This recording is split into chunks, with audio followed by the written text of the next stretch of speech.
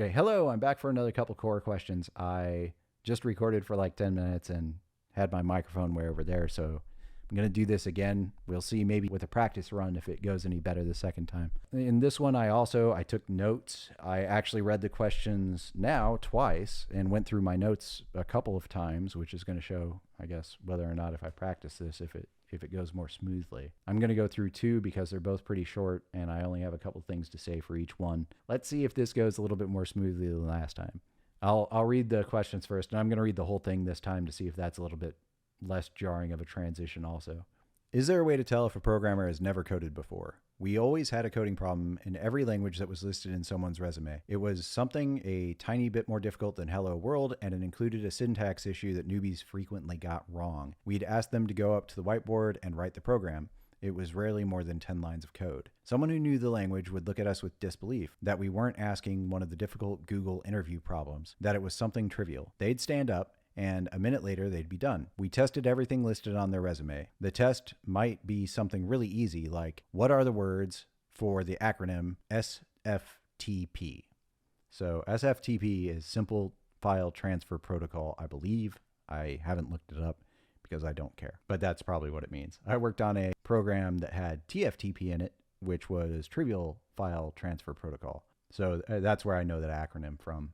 I'm now going to reference notes. So I think I'll look at it and then read it and see how that goes. All right. I could talk for hours about interviews and how you can get better at doing them. My parents actually own a small company that deals with managers and hiring new people. So they deal a lot with interviews and the interview process and getting better at it as a manager. So they were able to give me a whole bunch of tips for my interview that I had in 2006, forever ago. And I was told multiple times after I had gotten hired at the company that I work for now that it was one of the best interviews they'd ever seen.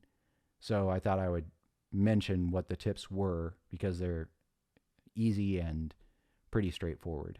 The advice that they gave was to have 5 different stories where you solved a difficult problem or you overcame a problem in the area that you're trying to get hired for the company. You want to know these stories from beginning to end very cleanly and have a lot of the details about them. And the reason for that is once you've been able to tell yourself those stories, or other people preferably, over and over again, you remember all the good points that you need to. And when they ask you a question like, name a time that blah, blah, blah, whatever it is, then you can dive right into it without even thinking that hard. It really gives you something to talk to for any part of the interview. You want to make sure that you still answer their actual root question, because you see the same practice happening with like politicians. A reporter will say, Mr. President, blah, blah. And then they say, yeah, about that. And then they change the subject just a little bit. And then they talk about that for 10 minutes because that's the canned response. You're doing something similar with the interview. And that's fine as long as you're telling the truth. There's a reason politicians do it. It's because it makes it sound like you know what you're talking about. And if you're trying to get a technical job, you should know what you're talking about. That's my advice for interviews. There's a lot more than that, but that's a good starter. The Google and Microsoft questions, I have opinions on those. I think that they're really good for testing to see if the engineer even tried to prepare for the interview, because if they know the basics of how they're supposed to answer those questions and they practiced. I know this because I had an interview at Google, and even after saying that I just did great at my other company's interview, I did terrible with the Google interview. And the reason is they sent out an email that said, go to this site and practice these problems. And then they sent out another email that said, I need to reschedule. And I only looked at the second email until about a half an hour before my interview with Google, like 3 weeks later. Now, what I should have done at this point is told the interviewer, I am sorry, but I didn't realize I was supposed to prepare for this because I've only been reading the second email, which they probably would have understood. Maybe I wouldn't have gotten the job because of that. But I was nervous. Instead of saying, can we reschedule? The thing that I tried to do that didn't work very well is I just went in and tried to fake it without ever. I had taken 6 months off after graduating from college, so I hadn't written code in 6 months. And I had never tried to answer one of these questions before, and it was very clear when I tried to answer it. The question that they gave me, if you're curious, is given n, build a function that prints every valid form of parens that you can. So like if it was 2, you'd have open, close, Is that open, close, open, close? Yeah, I think I'm mirrored. You'd have open, open, close, closed, right? And for the first ones, it's easy, but eventually it gets to the point where it's very, very complicated. And in the interview, I said something like, I think it involves recursion. And then I just fumbled around for 10 minutes. I started writing code. I deleted it. She asked, did you delete all the code? So it went badly and I did not get the job. That is an example where the mistake that I actually made wasn't completely on the technical side, because I went to work and I remembered the question like 5 months or a year later. I still remember it now. And I asked some people at work, like, how would you solve this if you were asked in an interview? And we all went our separate ways. And like a week later, one of the better engineers that I worked with came back and was like, oh, this is how you can do it. So it wasn't a trivial problem. It was hard. Now maybe it is trivial because those types of problems are more prominent than they used to be. And those types of coding challenges are really good for sharpening your skills of what kind of algorithms do you need for these very specific problems. And if you're solving them yourself, that is useful. The thing that I think they usually want for these types of questions is, do you approach a problem in a way that makes sense from, here's the base cases, here's where the complication is, and I would try these few things to figure it out.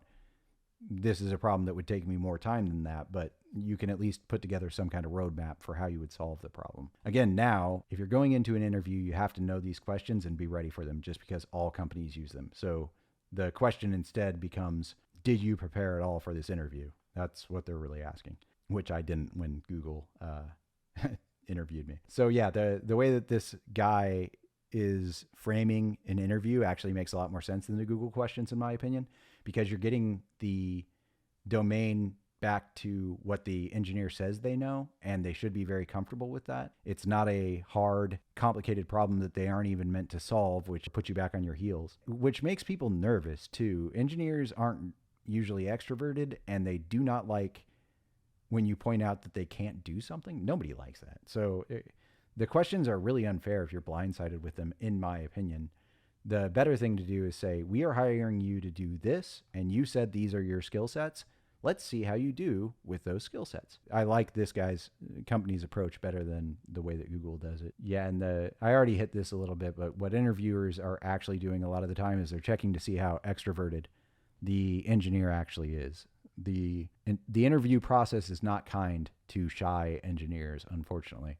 That's the other piece of advice I would give is do Toastmasters or do something that gets you up and gets you to where you're publicly speaking if you want to be better at interviews, or find a company that is actually giving you engineers to interview with and that don't put a lot of pressure on you to, sing and tap dance in front of them. Companies that do that almost always have very extroverted engineers, which isn't even always the best thing. So yeah, if anybody has any other questions about interviews and the random stuff that I know about them, let me know. All right, on to the next one.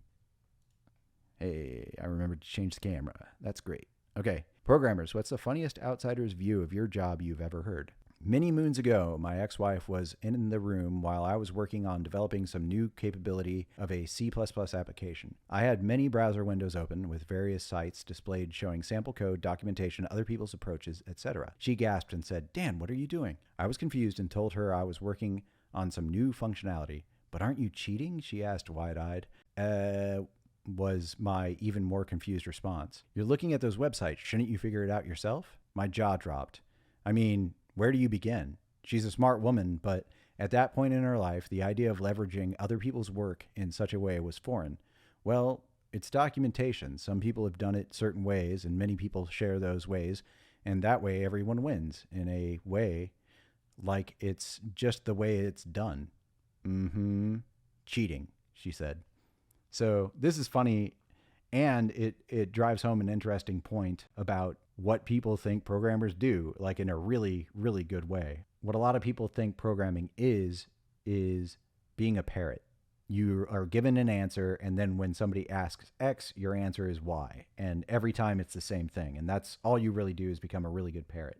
But that is not what programming actually is. It's engineering, and it's engineering a different solution to a complicated problem basically every time. The real work is breaking down the complicated problem to individual pieces. And once you break those down, then yeah, each of the individual functions that you write is relatively simple, and you can go to Stack Overflow and figure out the best way to do whatever that is. That's not cheating. It's just saying, well, I can spend an hour or two writing this and then testing it timing wise and seeing what works best in Python for this particular type of list, or I could just look it up real quick, and there's probably somebody on Stack Overflow that's already done that work. Also, a lot of times they come up with cleaner solutions than what your initial solution would be, because they actually thought about it for a long time, and all you're trying to do is put down one little brick in a castle that you're building. Anything that gets it to where you can set down that brick and say, I'm done with that part sooner, is really good. Yeah, I guess I should say it's very different than what people think programming is usually, and it is not reflected well in any kind of schooling that you've probably had until you get to upper levels of schooling. So I answered another question a bit ago about career advice, and one of the main points that I hit home there was, if you find this kind of problem solving and breaking down of large problems into smaller problems interesting, along with the actual brick building of putting together the code, then you're going to be a pretty good coder. If you don't like either part of that equation, then you're not going to be a very good coder. Maybe you should do something else, like manage people or do anything else other than be a programmer. I was talking to some younger engineers, and I mentioned that coding is pretty easy, but actually architecting the code and architecting a large, complicated project is really hard. And they didn't completely understand what I was saying, even though they were very competent engineers for how young they were. They still had a bit of a fuzzy line between those things. And that's just something that you have to, I guess, unlearn. It's confusing because you eventually get to the point where you understand very quickly which hat you're wearing. Like, I know if I'm wearing my architect hat that has to design a bunch of different functions from a very high level at an object level, and how they have to interact and what keeps the code as clean as possible once I actually start implementing it. And then I switch over to my coder hat, where I can usually listen to music or watch YouTube or whatever and fill in all the code, because that part is easy. It's the part where I'm actually making progress and I have something to check in also, which is one of the frustrations with being an engineer, and something that you need to learn how to manage also.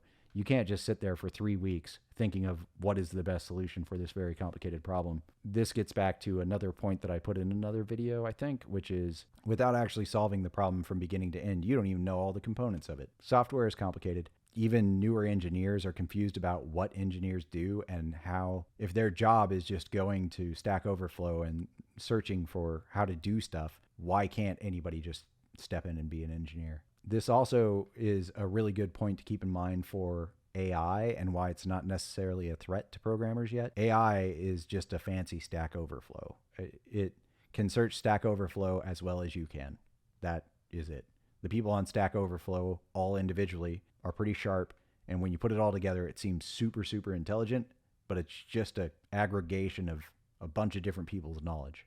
Anyway, I thought this story was funny, and it brought up a good point that a lot of people, even other engineers, are a little bit confused about. Googling things is not cheating. That is not what they're paying you to do.